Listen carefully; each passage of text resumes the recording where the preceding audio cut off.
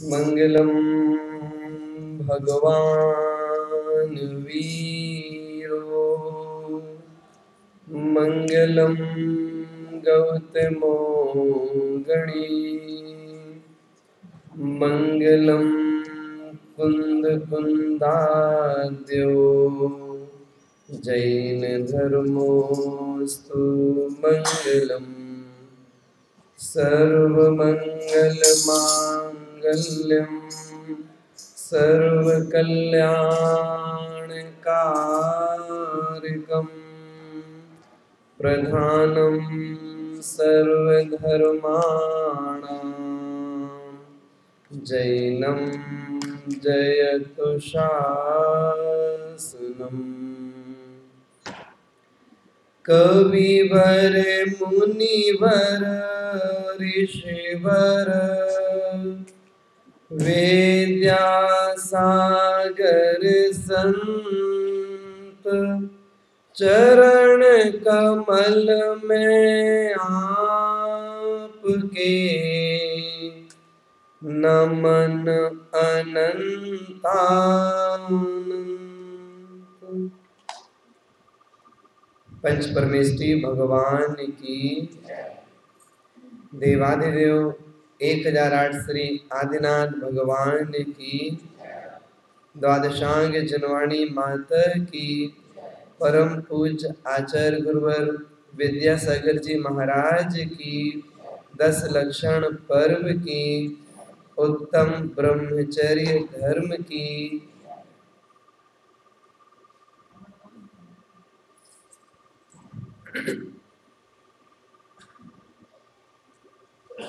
किसी ने 2 पंक्तियां लिखी। हम कौन थे, क्या हो रहे हैं और क्या होंगे अभी, आओ विचारें ये समस्याएं सभी। उसका जवाब बहुत अच्छा लिखा गया। शानदार था भूत और भविष्य भी महान है, यदि सुधारें उसे जो आज वर्तमान है। यदि हम अपने वर्तमान जीवन को सुधारते हैं तो उससे भूत भी अच्छा हो जाता है और उससे भविष्य भी अच्छा हो जाता है। यहाँ पर कोई प्रश्न कर सकता है कि वर्तमान को सुधारने से हमारा भूत अच्छा कैसे हो जाएगा, फ्यूचर अच्छा बनेगा, समझ में आता है।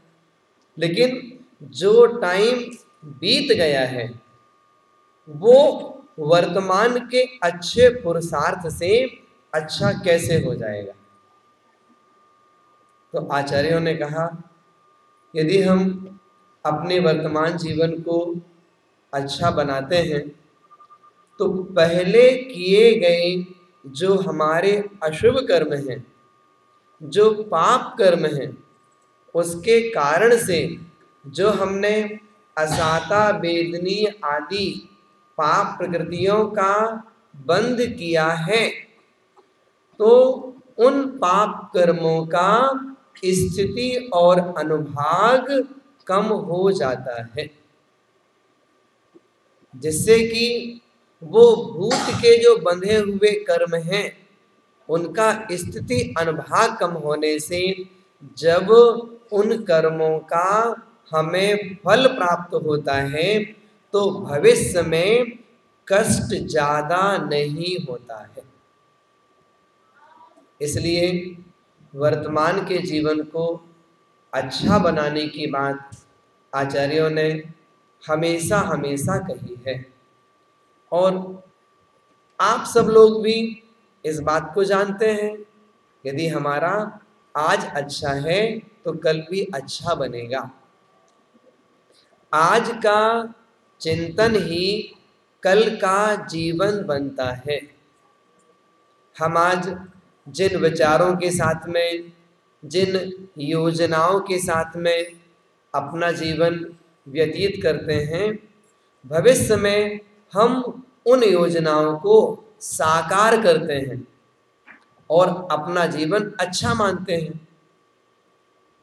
जब धर्म क्षेत्र की बात कही जाती है, जिनवाणी सुनते सुनते सुनते बहुत समय हो गया, तो कहा जाता है कि जो हमारी इस संसार में भ्रमण करने रूप जो अनंत की यात्रा है, ये अनंत की यात्रा अंतरंग की यात्रा बन जाए तभी धर्म करना सफल है। जो हमारी यात्रा बाहर की ओर है, वो यात्रा भीतर की ओर हो जाए। आचार्य श्री कहते हैं, तू भीतर जा, मैं भीतर जाऊं, तू भी तर जा और मैं भी तर जाऊं।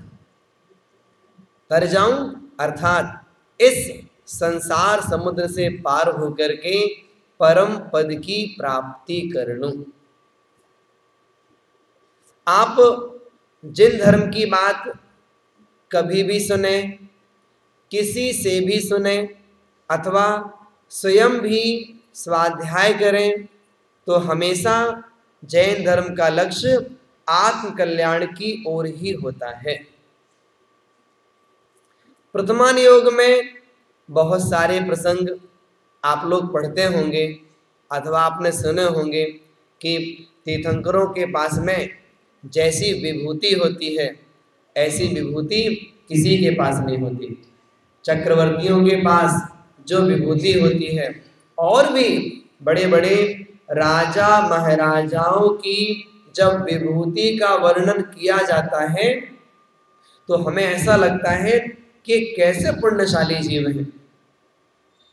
वो सारा विभूति का वर्णन करने के बाद में और उसी ग्रंथ के अंत में ये चर्चा आ जाती है कि उस राजा ने अथवा चक्रवर्ती ने अथवा उन तीर्थंकर ने उस सारी विभूति का त्याग करके और जिन दीक्षा स्वीकार कर ली, मुनि महाराज बन गए और कर्मों का क्षय करके निर्वाण की प्राप्ति की।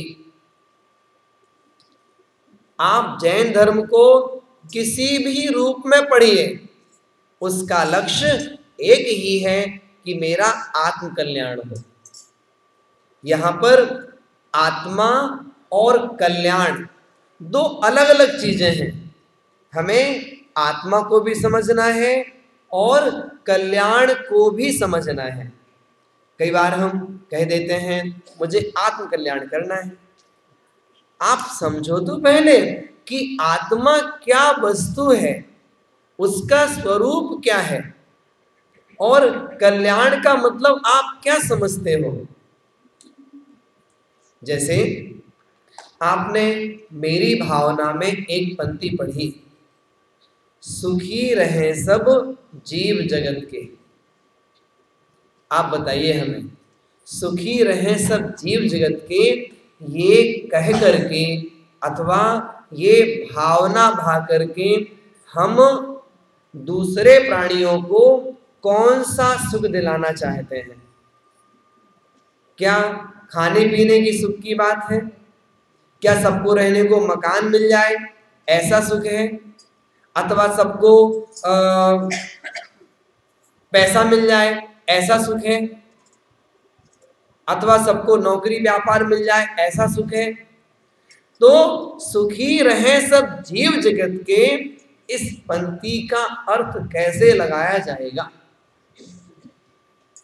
इसका अर्थ है कि संसार के जितने भी प्राणी हैं, ये सभी कर्मों के बंधन से छूट करके पारमार्थिक सुख को प्राप्त करें, अनंत सुख को प्राप्त करें, मोक्ष के सुख को प्राप्त करें, अपने आत्म स्वरूप में लीन हो जाएं, उस अनंत ज्ञान आदि को प्राप्त करें।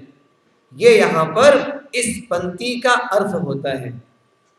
ऐसा मत समझिएगा सुखी रहें सब जीव जगत के, अर्थात संसारी प्राणियों को ये भौतिक सामग्रियां प्राप्त हो जाएं। तो जैन दर्शन और दर्शनों की अपेक्षा जो विशेषता रखता है, उस विशेषता में ये बहुत बड़ा पॉइंट है। वो ये है कि जैन दर्शन हमेशा आत्मा को लक्ष्य लेकर के बात करता है, हमेशा आत्म कल्याण की अपेक्षा से बात करता है कि आप अपने सच्चे स्वरूप को जानो और उसे प्राप्त करने का पुरुषार्थ करो। जो बाहरी संसार की बात है, ये तो जीव ने एक बार नहीं अनंतों बार प्राप्त किए। जो ये रिश्तों की बात है, आप रिश्तों की बात क्या करते हो? हम आप लोगों का आपस में बीते हुए अनंत कालों में हर प्रकार का रिश्ता हुआ है। कभी ये जीव किसी दूसरे की पत्नी बनता है, कभी पति बनता है, कभी माँ बन जाता है, कभी बहन बन जाता है, कभी बेटी बन जाता है, कभी भाई बन जाता है, कभी जमाई बन जाता है। ऐसा कोई रिलेशन हमारा आपका नहीं है जो हुआ ना हो। कभी वही मित्र बन जाता है, वही शत्रु बन जाता है। भवों भवों में संसार में भ्रमण करते हुए हर प्रकार का रिश्ता प्रत्येक जीव का प्रत्येक जीव के साथ रहा। ये सारी बातें श्रद्धान करने की हैं। ये सारी बातें शास्त्रों में लिखी मिलती हैं। आप सोचो, आप बताइए हमें, आप दिखाइए हमें कि ये सारे रिश्ते हुए हैं। यहाँ पर कोई दिखा नहीं सकता। विश्वास तो आपको ये भी करना पड़ेगा कि मेरे पिता ये हैं। आप विश्वास की बात करोगे तो विश्वास तो हर रिश्ते का होता है। वैसे ही आगम की बात का भी हमें विश्वास करना पड़ेगा। शास्त्रों में जो लिखा हुआ है वो सही है। इसलिए जैन दर्शन हमेशा हमेशा आत्मा को लक्ष्य लेकर के, आत्म कल्याण को लक्ष्य लेकर के सारी बातें किया करता है। इसी प्रसंग को लेकर के जब हम 10 लक्षण पर्व की बात करते हैं, उसका जो अंतिम दिन कहा जाता है, जो कि उत्तम ब्रह्मचर्य का दिन है, तो ब्रह्म माने आत्मा और चर्य माने चर्या करना, आत्मा में लीन होना, अपने समीप आ जाना, इसी का नाम ब्रह्मचर्य है। अर्थात हम सबके जीवन का एक ही लक्ष्य बनना चाहिए, मुझे अपनी आत्मा को संस्कारित करना है। शरीर को संस्कारित तो सारी जिंदगी से कर रहे हैं, उसके बावजूद भी ये शरीर हमारा सगा नहीं है, ये शरीर हमारा साथ नहीं देता है। चाहे भोजन करके इस शरीर को स्वस्थ बनाना चाहा हो, चाहे श्रृंगार करके बनाना चाहा हो, चाहे जिम जाके बनाना चाहा हो, चाहे वस्त्र आभूषण पहन के बनाना चाहा हो, इस शरीर को सुंदर तो अनेकों बार बनाया, सारी जिंदगी से बना रहे हैं, उसके बावजूद भी ये हमारा साथ नहीं दे रहा है। देखो, देखते देखते देखते बुढ़ापा आ गया। जब यहाँ पर आए थे तो एकदम स्वस्थ थे, कोई परेशानी नहीं थी, यहाँ मंदिर भी नहीं था, लेकिन धीरे धीरे धीरे ये सारी व्यवस्थाएं तो हुई, धर्म के आयतनों की स्थापना तो हुई, लेकिन जो मेरा शरीर है ये शरीर भी बूढ़ा हो गया। तो इस शरीर के साथ हम लोग की कमी की क्या? कमी कुछ नहीं की। बहुत अच्छे एटमॉस्फेयर में, वातावरण के साथ में हमने सारा जीवन जिया है। इस शरीर की जो मांग थी उसे खिलाया है, पिलाया है, सब अच्छे से अच्छा किया। उसके बावजूद भी ये शरीर दगाबाज है। ये शरीर हमारी बात नहीं मानता है। शरीर में अनेक प्रकार की तकलीफ, बीमारियां आ जाती हैं। जब हमें मालूम पड़ गया कि शरीर हमारा साथ देने वाला नहीं है, तो अब हम संस्कारित किसे करें? हम अपने आप को, शरीर को संस्कारित करने का लक्ष्य बनाएं कि आत्मा को संस्कारित करने का लक्ष्य बनाएं? ये एक विचार, एक चिंतन आपके पास तक पहुंचाया जा रहा है। कोशिश करिएगा कि हम जितना समय अपने शरीर को देते हैं, उससे 1/4, 1/4 समय भी यदि हम अपनी आत्मा को देंगे, मीन्स आत्म कल्याण के चिंतन में देंगे, तो समझिएगा ये शरीर के जो भाव के बंधन हैं, ये अपने आप टूट जाएंगे। बाहर जिम में जाते हैं, मॉर्निंग वॉक में जाते हैं, कितना समय लगाते हैं? 1.5 घंटे। 90 मिनट से कम नहीं होता हमारा प्रोग्राम। अब आपसे पूछ रहे हैं, आपने 90 मिनट इस शरीर के लिए दिए, आप बताइए आप आत्मचिंतन के लिए कितना समय देंगे? इस शरीर को आपने 1.5 घंटे तक जिम में जाकर स्वस्थ किया, तो क्या भोग करने के लिए, या खाने पीने के लिए, या केवल सर्विस करने के लिए, या फिर कुछ आत्मा का चिंतन भी कर सकते हैं? हमने अपने शरीर को बहुत अच्छा बना लिया, अब आप सोचिए, अब 15 मिनट कम से कम आत्मा को भी दीजिए ना। ये जो शरीर है, ये शरीर का मालिक कौन है? इस शरीर का मालिक आत्मा है। तो जो मालिक है, कम से कम उस मालिक को भी समय दीजिए। 10 मिनट, 15 मिनट कम से कम आत्मचिंतन में भी लगाइए। 10 मिनट, 15 मिनट थोड़ा अपने दोषों के बारे में विचार कीजिए कि मैं कहाँ पर गलत हूँ। जो मेरा जीवन चल रहा है, इसमें मैं गलत कहाँ पर हूँ और मैंने क्या गलत किया है।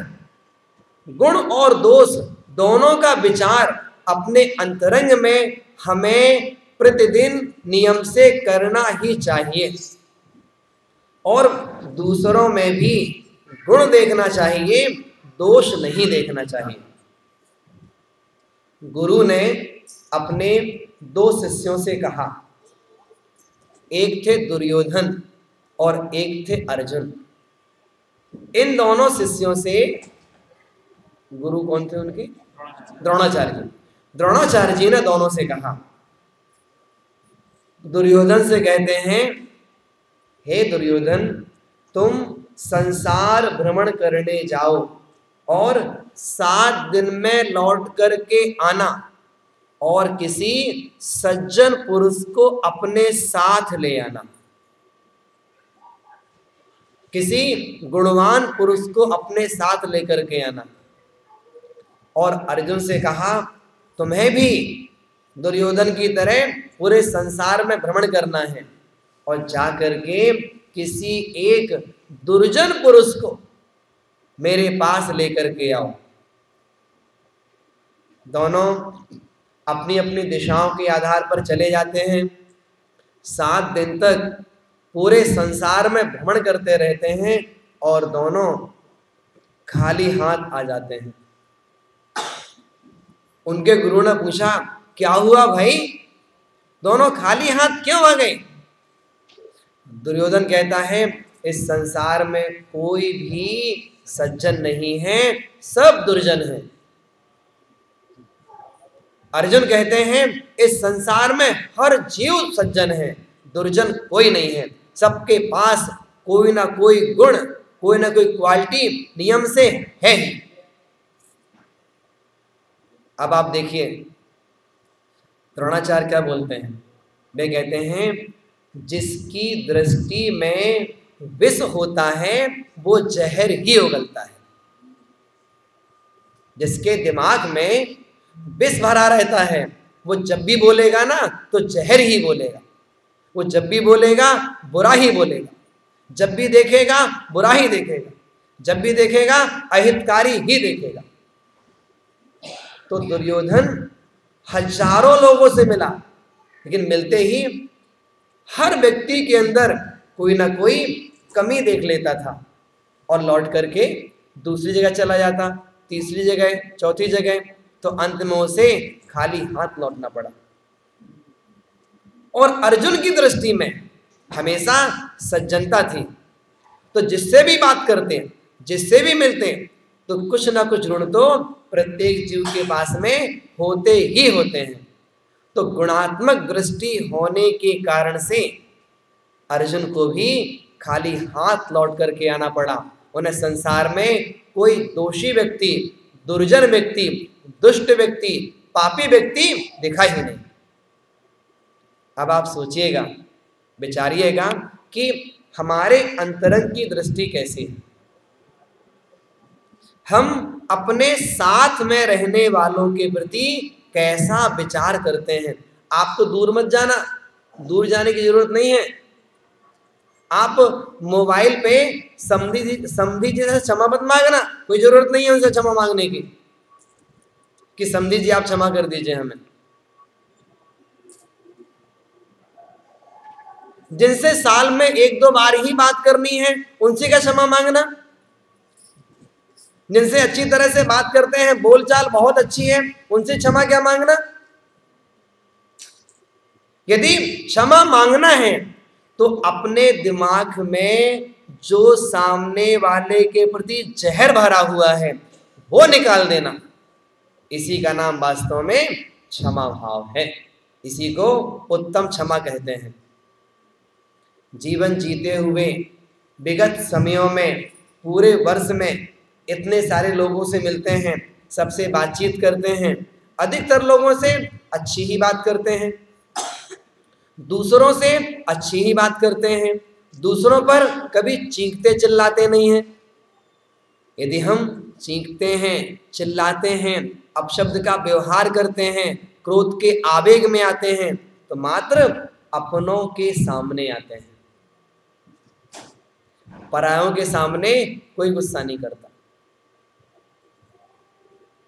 तो परायों से क्या क्षमा मांगना। यदि क्षमा मांगना है तो अपनों से मांगना चाहिए। इस संसार में भटकाने वाले 4-5 लोग ही हैं, छठवां नाम नहीं है। छठवां नाम नहीं मिलेगा आपको कभी। उन 4-5 लोगों के कारण से ही हमारा सारा जीवन नष्ट हो जाता है। और यदि उन्हीं के प्रति हमारा व्यवहार अच्छा होता है तो समझिएगा हमारा जीवन बहुत ऊंचाइयों को प्राप्त कर लेता है। आप बताइए हमें, आपको किससे राग है? आप चिंतन करिए कि हमें किससे राग है। उंगलियों में नाम गिना देंगे, 1 नाम, 2 नाम, 3 नाम, 4 नाम, 5वां नाम आपको सोचना पड़ेगा। पत्नी से राग है, बेटे से राग है, बेटी से राग है, थोड़ा धर्मात्मा हुए तो माता पिता से राग है, थोड़ा और अच्छी सोच हुई तो भाई से राग है। इसके अलावा आपको कोई छठवां व्यक्ति नहीं मिलेगा जिससे मुझे राग हो। वात्सल्य सारी दुनिया से है, उसका निषेध नहीं कर रहे हैं, लेकिन जो राग की बात, अटैचमेंट की बात है, वो किससे है? जिनसे हमारे स्वार्थ के रिश्ते पूरे होते हैं। बस इसमें ही हमारा सारा जीवन, अंतिम श्वास पिस जाती है। और ऐसे ही यदि आप द्वेष की बात करोगे, आपको किससे द्वेष है, तो वो नाम भी इन 6-7 के बीच में ही आ जाएगा। एकाध और कोई हो सकता है मेरा पड़ोसी, एकाध और कोई हो सकता है ऑफिस में जिस चेयर पर मैं बैठता हूं मेरे बगल वाला। इसके अलावा किसी को और किसी से द्वेष नहीं होता, मतलब ही नहीं किसी को किसी से। लेकिन जिनसे मतलब है वो मतलब इतना प्रगाढ़ है, इतना गाढ़ा है कि वो छूट नहीं पाता। तो आचार्य कहते हैं जो अपने हैं कम से कम उनसे तो अच्छी तरह से क्षमा मांगो और अंतरंग में ये भावना रखो कि मैं आगे से गलती नहीं करूंगा। और क्षमा ऐसे नहीं कि उत्तम क्षमा मिच्छामि दुक्कडम, आप गलती कहिए, 10-20 गलतियां गिनाइए अपनी कि हमने ऐसा भी किया आपके साथ, ये मैंने जानबूझ के किया, ये मैंने अनजाने में किया, ये आपको परेशान करने के लिए किया, ये आपको गिराने के लिए किया, ये मैंने अपने अहंकार के वशीभूत होकर के किया। तो वो चीज गिनाइए दोष, और गिना करके वो क्षमा भाव अंदर में आए और हम अनादिकाल से भटकती हुई इस अपनी आत्मा को भी क्षमा कर सकें और अपने साथ रहने वालों के प्रति भी क्षमा भाव अंदर में आ सके। इतनी शक्ति आज लाइए अपने अंदर में, अपने आत्मविश्वास को इतना मजबूत करिए कि आज तो हम सच्चे हृदय से क्षमा मांग लेंगे और अपना हृदय द्रवित कर लेंगे। अंदर ही अंदर पश्चाताप होना चाहिए, अंदर ही अंदर अश्रुधारा बहनी चाहिए। और ये बात दिमाग में आ जाए, यदि मैंने आज क्षमा मांग ली तो समझिएगा भव भव का बैर छूट जाएगा। क्योंकि एक होती है तन की गांठ, तन की गांठ, एक होती है मन की गांठ। यदि तन में गांठ हो जाए, मतलब शरीर में गांठ हो जाए, तो वो कैंसर बन जाता है। और यदि मन में गांठ पड़ जाए तो वो भव भव के बैर का कारण बन जाता है। इसलिए तन की गांठ का इलाज तो हम जल्दी कर लेते हैं, लेकिन मन की गांठ का इलाज नहीं कर पाते हैं। आज कोशिश करिएगा, अपने मन को द्रवित करिएगा और उन क्षणों को याद करिएगा जिस कारण से, जिन क्षणों में हमने क्रोध किया था, जिन क्षणों में हमने द्वेष भाव रखा था, और एक एक बात अपने मन से वचन से कह करके और माफी मांगिएगा। ये सॉरी कहना तो चलन है यहाँ का, उसमें कोई अंदर में संवेदना नहीं होती इसमें। तो वो संवेदना अंदर में आएगी तब प्रायश्चित कहलाएगा, संवेदना अंदर में होगी तो उत्तम क्षमा कहलाएगी। शब्द मात्र से कह देना उत्तम क्षमा नहीं है। इसलिए आज के दिन बहुत ही पवित्र दिन है। आप सोचिए, भगवान वासुदेव स्वामी जी का मोक्ष कल्याण, भगवान वासुदेव स्वामी जी बाल ब्रह्मचारी, उन्होंने विवाह नहीं कराया, और कितना अच्छा दिन, ये उत्तम ब्रह्मचर्य का दिन, कितना रिलेशन देखो दोनों का है। और इसको अनंत चौदस कहते हैं, एक चौदस नहीं, दो नहीं, तीन नहीं, अनंत चौदस कहते हैं इसको। और ये वर्ष में एक बार ही ऐसा अपूर्व अवसर हम सबके जीवन में आता है, जबकि हम अपने भावों को इतना विशुद्ध कर पाते हैं, अपने परिणामों को इतना निर्मल कर पाते हैं। और आप लोगों ने कितने अच्छे तरीके से विधि पूर्वक, बहुत शांति पूर्वक, अनुशासन के साथ में जो कर्म दहन विधान किया है, वो विधान भी इसीलिए है कि मेरी आत्मा में जो कर्म लगे हुए हैं वो कर्म दूर हो और मैं परम शुद्ध चैतन्य अवस्था को प्राप्त कर सकूं।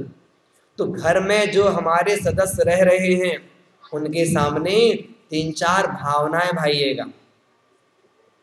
पहली भावना कि समय समय पर आप मुझे धर्म का संबोधन देते रहिए।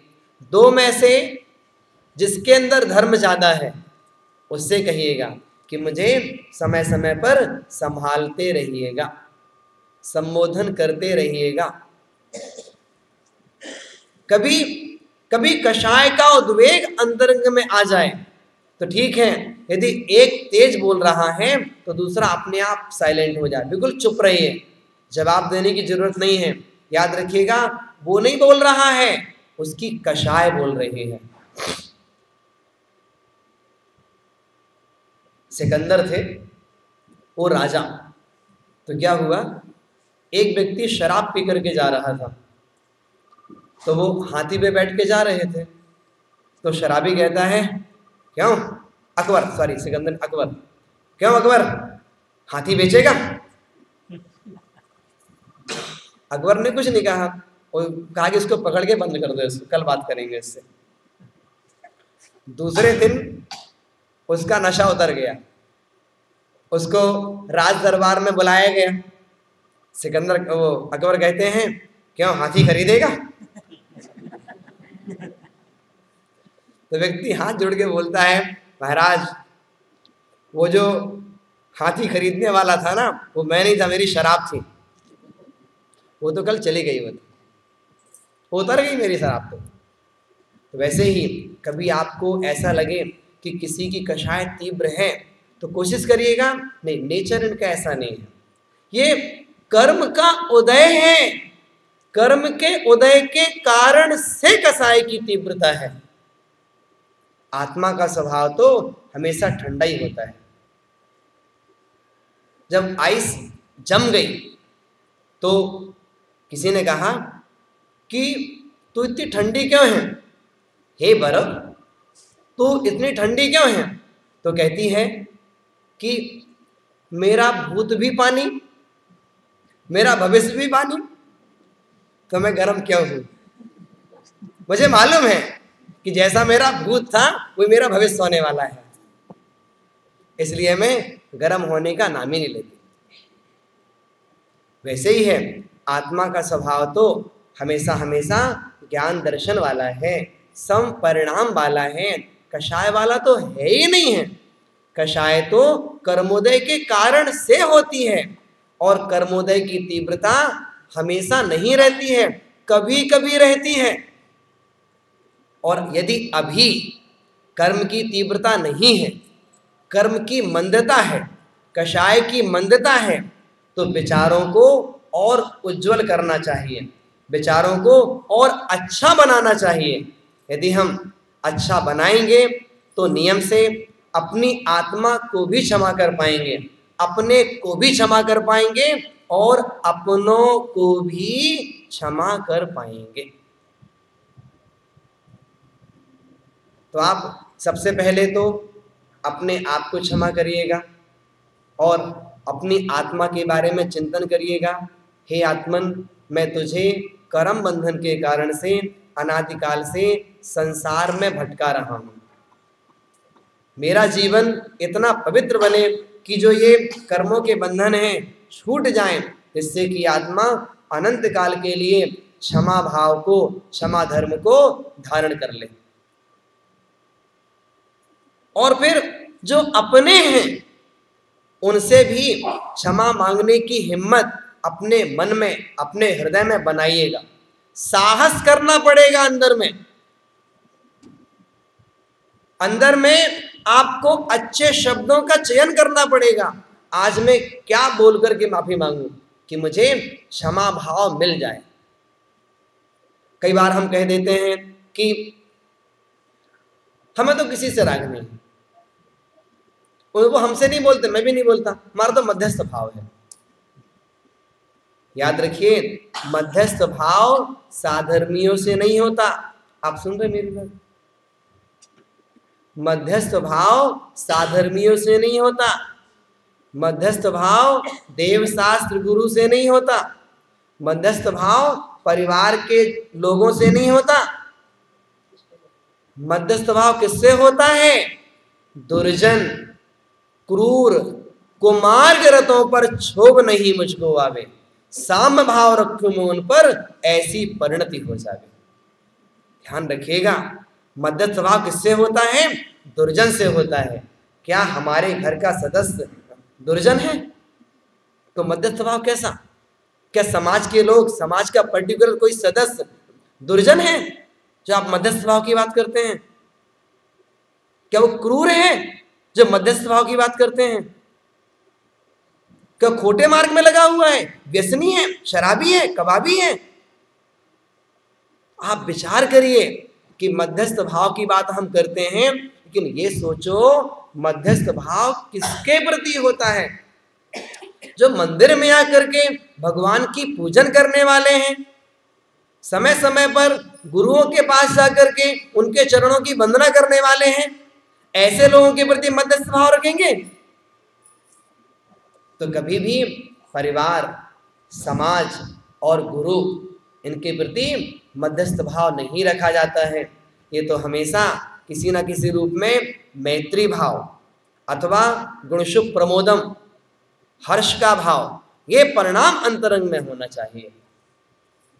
आज ऐसा मत कह देना कि हमारा उनसे मध्यस्थ भाव है, ना राग है ना द्वेष है, इसलिए सबसे क्षमा मांगेंगे, उनसे नहीं मांगेंगे। आपको लगता है जिससे मेरा मध्यस्थ भाव है, सबसे पहले आज उनसे क्षमा मांग करके पुराने सारे हिसाब किताब बराबर कर देंगे।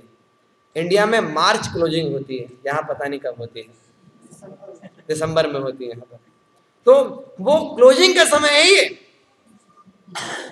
कि पुराने अंतरंग के जितने टूटे फूटे रिश्ते हैं, अंतरंग के जितने राग द्वेष के रिश्ते हैं, अंतरंग की जितनी विसंगतियां हैं, आज उन सबको दूर करके हमें नया जीवन प्रारंभ करना है। ये 10 दिन के 10 धर्म, ये 10 दिन के लिए नहीं है, ये 10 दिन थ्योरी के हो गए। अब 355 दिन इनका प्रैक्टिकल करना चाहिए, तब जाकर के सुनना सुनाना सार्थक है और आपका समय देना सार्थक है। जो बहुत अच्छे व्यापारी होते हैं, बड़े बिजनेसमैन होते हैं, ये यदि किसी को समय देते हैं तो कुछ पाने के लिए समय देते हैं। तो वैसे ही यदि आपने यहाँ बैठ करके जिनवाणी सुनने के लिए अपना समय दिया है, तो अच्छे व्यापारी की तरह कुछ ना कुछ गुणों को अपने जीवन में धारण करके और हमें अच्छा अपने आप को बनाना चाहिए। कहा गया है, कुछ लिख के सो, कुछ लिख के सो, कुछ पढ़ के सो, जिस जगह से तू जागा है उस जगह से बढ़ के सो।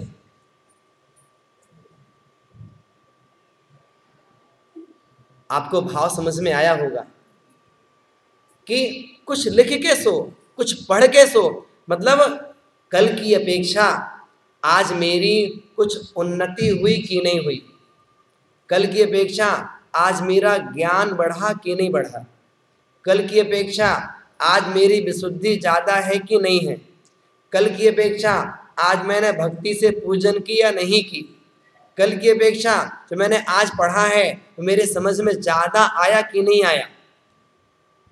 तो देखना चाहिए, बाहर की बैलेंस शीट बना लेते हैं, कल कितना बैलेंस था अपने पास में, आज हाँ आज ज़्यादा हो गया। तो बाहर का टारगेट बढ़ाते हैं, बढ़ जाता है, प्रसन्नता होती है, वैसे भीतर का भी बढ़ाना चाहिए। और वो बढ़ाना, वो विशुद्धि से बढ़ेगा। वो बढ़ाना, कुछ लिखते रहिए, कुछ पढ़ते रहिए, क्योंकि पुस्तकें हमारी सच्ची मित्र होती हैं। ये ना राग करती हैं ना द्वेष करती हैं। तो कुछ ना कुछ जिनवाणी का स्वाध्याय यदि हम अपने जीवन में करते रहेंगे तो ये जो ये क्षमा धर्म है, क्षमा भाव है, ये जीवन में आता रहेगा। हमें चाहिए कि हम अपने आप को और अच्छा बनाने का प्रयास करें। 4:30 कहा था तो 4:30 हो गया, राइट टाइम। फिर भी अंत में एक दो बात और कह दें कि दासोहम, जीवन कैसा बनना चाहिए। हाँ जी, बगल वाले भैया, जीवन कैसा बनना चाहिए, क्या कहते हैं? पहली भूमिका में दासोहम, याद रखिएगा धर्म क्या है, दासोहम। सबसे पहले मैं प्रभु का दास हूं। सबसे पहले मैं श्रावक हूं और श्रावक का कर्तव्य है भगवान जिनेंद्र की आराधना करें। हम भगवान की आराधना नहीं करेंगे तो हम श्रावक नहीं कहलाएंगे। जब बालक का जन्म होता है तो वो जन्म के समय कह देते हैं अभी ये शूद्र है, क्यों? मंदिर नहीं गया। और जब 45 दिन बाद पहली बार मंदिर जाता है तो कहते हैं अब ये जैन बन गया। और जब 8 वर्ष की उम्र पूरी होने पर पहली बार भगवान का अभिषेक करता है तो हम कहते हैं ये श्रावक बन गया। तो हमें चाहिए सबसे पहले दासोहम, मैं भगवान का दास हूं, ये पहला पॉइंट। फिर उदासोहम, दूसरे नंबर पे मैं इस संसार से उदास हूं। भगवान का दास हूं, फिर आगे संसार से उदास हूं। फिर धीरे धीरे जब धर्म की बात अच्छी तरह से समझ में आने लगे तो फिर कहना सोहम। सोहम, सो माने वह, अहम माने मैं। हे भगवान, जैसा आपका स्वरूप है वैसा ही मेरा स्वरूप है। और जब धीरे धीरे अपने आत्म स्वरूप में लीन हो गए, सारे परिग्रहों से मुक्ति हो गई, फिर कहा जाएगा अहम, मात्र मैं हूं। जो व्यक्ति असमर्थ होता है वो कहता है सिद्धोहम सिद्धोहम, और जो व्यक्ति समर्थ होता है वो कहता है शुद्धोहम शुद्धोहम। आप समझ रहे अर्थ को? पहले सिद्धोहम अर्थात हम पहले आराधना करेंगे, फिर बाद में शुद्धोहम बोलेंगे। अभी हम सब इस परिग्रह के साथ में असमर्थ हैं, समर्थ नहीं है अभी। यदि हमें समर्थ होना है तो इस पोशाक को अलग करके निर्द्वंद रहना पड़ेगा, तब हम समर्थ हो पाएंगे। इसलिए जो ये जैन धर्म का मार्ग है, ये मार्ग हमें पहली भूमिका में व्यवहार की क्रिया अच्छी तरह से करते हुए फिर आगे चल करके उस निश्चय के लक्ष्य की बात किया करता है। इन सब चीज़ों को अपने दिमाग में अच्छी तरह से रखिएगा और आज अपने हृदय को थोड़ा सा द्रवित करने का प्रयास करिएगा कि भाई हमारा जीवन ऐसा बने जो हमारे अंदर में क्षमा गुण है, क्षमा धर्म है, वो धर्म आज हमारा प्रकट हो पाए। और क्षमा धर्म तभी प्रकट होगा कि सबसे पहले जब क्षमा मांगने की बारी आएगी, आप उनसे क्षमा मांगिएगा जिनसे वास्तव में आप अपने अंतरंग में वैर भाव रखते हैं। फोन पे सबसे पहले उनसे क्षमा मांगिएगा जिनके प्रति आपका द्वेष भाव है, जिनसे आपकी बुराई है, जिनके शब्द आपको कड़वे लगते हैं, जिनकी बात आपके कानों में चुभती है, पहले उनसे क्षमा मांगिएगा तो समझना आज का धर्म सारा जीवन सार्थक हो जाएगा। आचार्य कहते हैं किसी कमरे में 10 वर्ष से अंधेरा था, वहां पर लाइट लाने के लिए कितनी देर लगेगी? क्षण मात्र में बटन दबाइए, लाइट आ जाएगी। 10 वर्ष का अंधेरा भी क्षण मात्र में नष्ट हो जाता है। उसी प्रकार से अनादिकाल का मिथ्यात्व रूपी अंधकार भी क्षण मात्र में नष्ट हो जाता है यदि मुझे दिशा सही मिल जाए तो वैसे ही वर्षों वर्षों के वैर भी क्षण मात्र में नष्ट हो जाते हैं यदि हम सच्चे हृदय से क्षमा मांग लें और अपनी आत्मा को भी क्षमा कर दें। लोग कहते हैं कि धागा टूट जाता है, धागा जुड़ जाता है, लेकिन गांठ पड़ जाती है। कोशिश करिएगा हमारी वो गांठ बहुत महीन हो, इतनी पतली गांठ हो कि दिखे ही नहीं। वो ना दिखे इसके लिए एक बात याद रखिएगा, हमें प्रत्येक व्यक्ति की वर्तमान पर्याय देखनी चाहिए। बहुत अच्छा शब्द है, ध्यान रखिएगा। हमें वर्तमान पर्याय देखनी चाहिए। हम वर्तमान पर्याय देखेंगे तो भूत के दोष नजर नहीं आएंगे।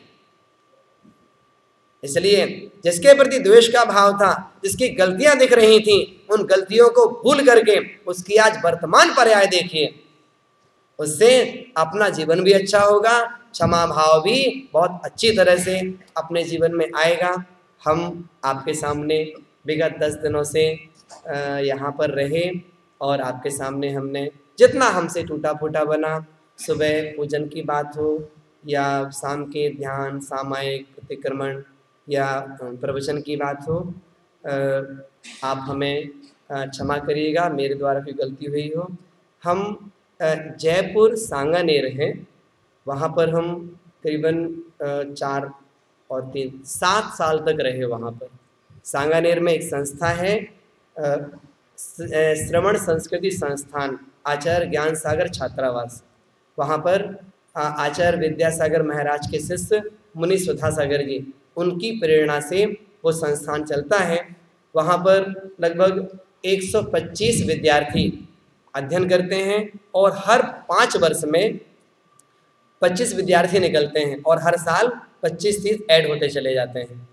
उस संस्थान में हमने रह करके आदरणीय रतन लाल जी बैराड़ा, ये जो आगरा वाले हैं, तो उनके पास में रह करके हमने अध्ययन किया। आचार्य श्री के पास भी आना जाना समय समय पे रहता है। मुनि समता सागर जी, क्षमा सागर जी, प्रमाण सागर जी, इनके पास भी समय समय पर रह करके धर्म लाभ लिया है। सुधा सागर जी के पास भी जाया करते थे, अभी भी जाते हैं समय पर।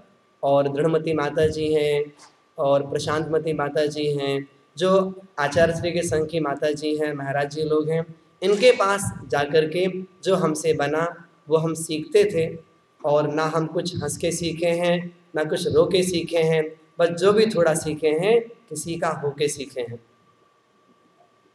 बस जो अपन से जैसा जिनवाणी का स्वाध्याय करके जो हमसे बना वो आपके सामने हमने प्रस्तुत किया।